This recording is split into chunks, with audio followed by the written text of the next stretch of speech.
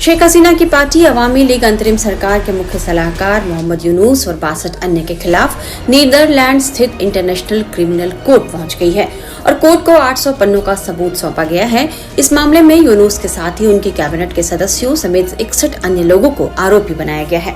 अब असली खेल होगा और यूनुस को अपनी जान बचा के निकल पाना भारी हो रहा है। दोस्तों, आपको तो पता ही है कि डोनाल्ड ट्रंप ने बांग्लादेश की सरकार का बाजा बजा दिया।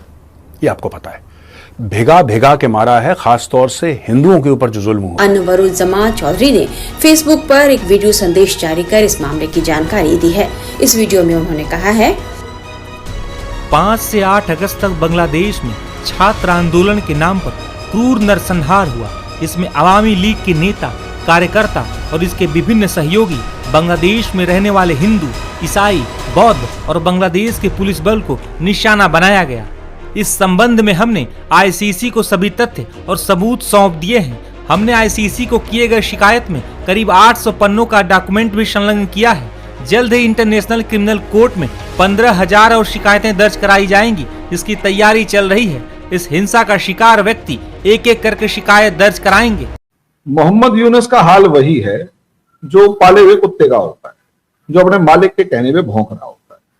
अब मालिक रहा नहीं, अब पहली बात उस कुत्ते को रोटी कौन डालेगा, और अब उसे यह पता है कि सामने जिस पे आज तक तू भौंका था वो डंडा लेके खड़ा हुआ है और तेरा मालिक है नहीं, इसलिए वो घबराया हुआ जगह ढूंढ रहा है कहीं तो छिपे। Sorry, I am using some harsh words, लेकिन क्या करूं। जो हिंदुओं के साथ इसने करवाया और हिंदुओं का जो पोग्राम हुआ, जेनोसाइड हुआ, उसमें ये कह रहा है कि ये तो पॉलिटिकल राइवलरी है। नमस्कार दोस्तों, अपडेट इंडिया में आपका स्वागत है। दोस्तों बांग्लादेश के जो चीफ एडवाइज़र है उनके ऊपर इंटरनेशनल कोर्ट में केस रजिस्टर किया गया है। दोस्तों, पाकिस्तानी मीडिया चर्चा कर रही है कि जो बांग्लादेश का चीफ एडवाइज़र है मोहम्मद यूनुस और जो बाइडेन की सरकार शेख हसीना के खिलाफ सही नहीं किया उन्होंने। दोस्तों, जैसे ही ट्रंप यूएसए की इलेक्शन जीते उसके बाद ही शेख हसीना यूएसए चले जाती हैं उनको as a Bangladesh prime minister बधाई देने। नहीं है कि शेख हसीना के टाइम पर वो अटैक्स नहीं होते, शेख हसीना के टाइम पर भी अटैक होते थे, लेकिन अटैक करने वालों पर गवर्नमेंट की कार्रवाई हो जाती थी और प्रोग्राम नहीं होता था कि एक साथ 60 को मार दिया, क्योंकि गवर्नमेंट का एक डंडा होता था कि हाथ भी लगा दिया तो डंडे पड़ेंगे। तो भले ही वो इफेक्टिवली काम ना कर पाए या ना कर पाए, क्योंकि प्राइम मिनिस्टर लोकल एडमिनिस्ट्रेशन नहीं होता और मैक्सिमम काम लोकल एडमिनिस्ट्रेशन के हाथ में होते, इसे हमें समझना होगा। मैक्सिमम काम लोकल एडमिनिस्ट्रेशन के हाथ में। तो अब ऑब्वियस सी बात है, वहां लोकल एडमिनिस्ट्रेशन के ऊपर अगर कोई क्राइम हो गया है तो उसके ऊपर दबाव डालने का काम गवर्नमेंट करती थी। अब प्रॉब्लम ये आ गई है यूनुस के टाइम पर कि गवर्नमेंट जो है उसने खुली छूट दे दी कि मारो, तो अब तो आर्मी वाले भी जा जाके मार रहे हैं। वो ज्यादा प्रॉब्लम होगी। जब शेख हसीना की गवर्नमेंट आ जाएगी तो पॉसिबली उनके ऊपर यह लगाम होगी कि उन पे कानूनी कार्रवाई की जा सकती है, और अगर उसके इलाके के 2-4 मौलाना वगैरह टाइप के जो रेडिकल एलिमेंट्स हैं उन्हें उठाकर जेल में अगर भर दिया तो हालत सबकी खराब होगी। और इस टाइम पर जो आवामी लीग के लोग जो अंडरग्राउंड हो रखे हैं, उन आवामी लीग के लोगों को कहीं ना कहीं सपोर्ट मिलती हुई नजर आएगी। जी बिल्कुल ऐसे ही है, लेकिन फिर भी सर अगर हम देखें तो मतलब पहले जो गवर्नमेंट थी वो बांग्लादेश का साथ और तरह से दे रही थी, और अभी जो बाइडेन ने आते ही ट्रम्प ने जो है आते के साथ ही जो कुछ चेंजेस आए हैं उसमें लग तो यही रहा है कि इंडियन इन्फ्लुएंस काफी ज्यादा है। मोहम्मद यूनुस है वो काफी मुश्किल में दिखाई दे रहे हैं और ये बात सभी लोग कर रहे हैं। अब देखते हैं कि इस पे आगे अमेरिका किस तरह से उनके साथ रहता है या वो कैसे इसमें से निकल पाते हैं। मोहम्मद यूनुस का हाल वही है जो पाले हुए कुत्ते का होता है, जो अपने मालिक के कहने पे भौंक रहा होता है। अब मालिक रहा नहीं, अब पहली बात उस कुत्ते को रोटी कौन डालेगा, और अब उसे यह पता है कि सामने जिस पे आज तक तू भौंका था वो डंडा लेके खड़ा हुआ है और तेरा मालिक है नहीं, इसलिए वो घबराया हुआ जगह ढूंढ रहा है कहीं तो छिपे। Sorry, I am using some harsh words, लेकिन क्या करूं। जो हिंदुओं के साथ इसने करवाया और हिंदुओं का जो पोग्राम हुआ, जेनोसाइड हुआ, उसमें ये कह रहा है कि ये तो पॉलिटिकल राइवलरी है। पॉलिटिकल राइवलरी कहा था इसने।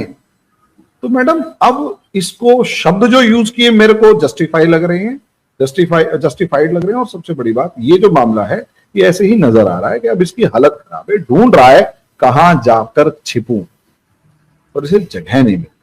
जी महाराज, इनके साथ जो भी हुआ वो बहुत जल्दी ही हो गया, वरना तो सालों साल लग जाते हैं। लेकिन इस बार इनकी जो कहना चाहिए कि इनके ऊपर जो कुछ हो रहा है एक्शन, वो काफी हमने स्पीड से होता हुआ देखा। और कहीं भी कोई भी लोग हों, चाहे किसी भी रिलीजन के, उनके ऊपर हरगिज इस किस्म की चीज नहीं होनी चाहिए जो हमने बांग्लादेश में देखी।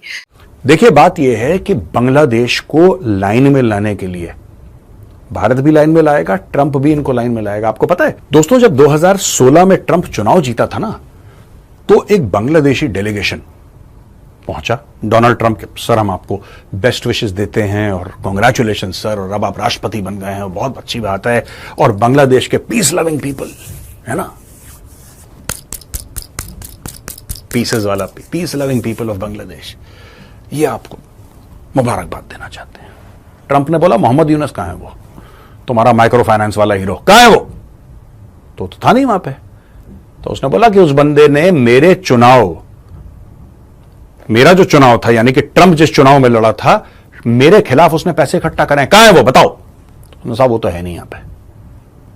दोस्तों, ये मोहम्मद यूनुस डीप स्टेट का आदमी है, ये एक पाला हुआ पालतू है जो बाइडेन का, ये डीप स्टेट का एक्टर है, और इसने बड़े फ्रॉड करे हैं बांग्लादेश के अंदर। He will also get justice, he will also get justice. ठीक है, इसने हिंदू मरवाए हैं बांग्लादेश में, he has had Hindus killed in Bangladesh. ये साफ साफ बात करनी चाहिए, पीस की बात करता है। नोबेल प्राइज मिल चुका है इस हीरो को माइक्रो फाइनेंस के लिए। ये हीरो वहां पे बांग्लादेशी हिंदुओं को मरवा रहा है, और अब जाके ये क्या बोल रहा है डोनाल्ड ट्रंप को कि the peace loving people of Bangladesh. Bangladesh की जो प्राइम मिनिस्टर थी शेख हसीना, जब उन्होंने देश छोड़ा तो उन्होंने रिज़ाइन नहीं किया।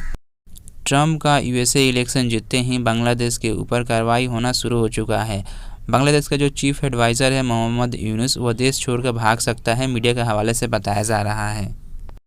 दोस्तों, ये वही बांग्लादेश का चीफ एडवाइज़र मोहम्मद यूनुस है जो बाइडेन के दम पर भारत को आंख दिखा रहा था, भारत को धमकियां दे रहा था। आज इसी के ऊपर इंटरनेशनल कोर्ट में केस रजिस्टर कर दिया गया है। तब हमारे सरकार के द्वारा बांग्लादेश के हिंदुओं को सुरक्षा मुहैया करवाया जाएगा और उनको प्रोटेक्ट करवाया जाएगा। दोस्तों, जब यूएसए में इलेक्शन चल रहा था, तब यूएसए की रैली में डोनाल्ड ट्रंप ने स्पीच देते हुए बताया था कि बांग्लादेश में जो हिंदुओं के साथ अत्याचार हो रहा है, अगर हमारी सरकार यूएसए में आती है तो हिंदुओं के, तब जो बाइडेन की सरकार बांग्लादेश के खिलाफ कोई भी एक्शन नहीं ले रही थी। बांग्लादेश की जो प्रधानमंत्री थी शेख हसीना, उन्होंने जैसे ही देश छोड़ा और भारत में शरण लिया, वहाँ के जो हिंदू लोग हैं उनके ऊपर अत्याचार शुरू हो गया। दोस्तों, जब यूएसए में जो बाइडेन की सरकार थी, तब बांग्लादेश में तख्ता पलट करके बांग्लादेश की सरकार को परिवर्तन कर दिया गया था और शेख हसीना को देश छोड़ने पर मजबूर कर दिया गया था। दोस्तों, जैसे कि आप लोगों को मालूम होगा, ट्रंप की यूएसए इलेक्शन जीतते ही पूरी दुनिया में हलचल है, पूरी दुनिया में ही ट्रंप की जीत की बात हो रही है।